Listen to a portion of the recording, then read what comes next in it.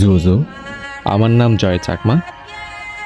সম্প্রতি Coke studio বাংলাতে পরিবেশিত বাজি গানে বাংলা গানের সাথে মারমার সম্প্রদায়ের নিজস্ব ভাষায় মৃখৈ সিং মারমার গলায় কিছু গানের লাইন এবং কেওপ্রু মারমার সুরেলাবাসী হয়তো শুনেছেন, যেটি তাদের ঐতিহ্যবাহী কাপ্পা গান নামে পরিচিত। কিন্তু আদৌ কি জানি সেই কাপ্পা গানটি আসলেই কি? চলুন তাহলে আজকে জেনে নেই মারমাদের সেই কাপ্পা লোকগানের ইতিহাস।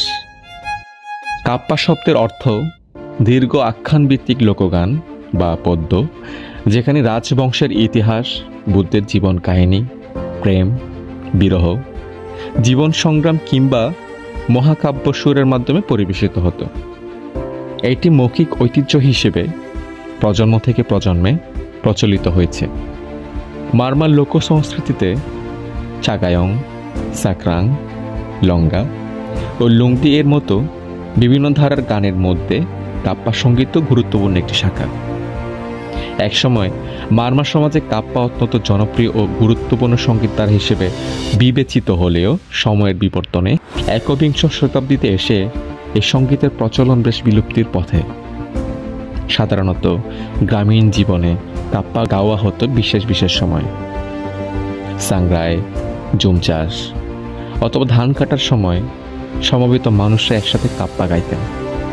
সেখান থেকে বলতে পারি কাপ্পা গান শুধুমাত্র মৌখিক লোকগানই নয়, বরং এই গানের মাধ্যমে সমাজের মানুষকে এক সূত্রে বেঁধে রাখত।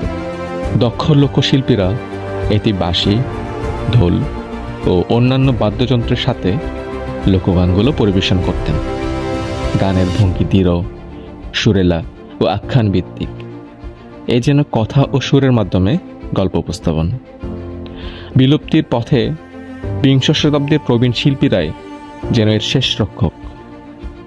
তবে আশার কথা হলো গবেষক, সাংস্কৃতিক সংগঠন ও শিল্পীদের প্রচেষ্টায় কাপ্পা আজ আবার নথিভুক্ত হচ্ছে। সবাইকে নমস্কার এবং ধন্যবাদ।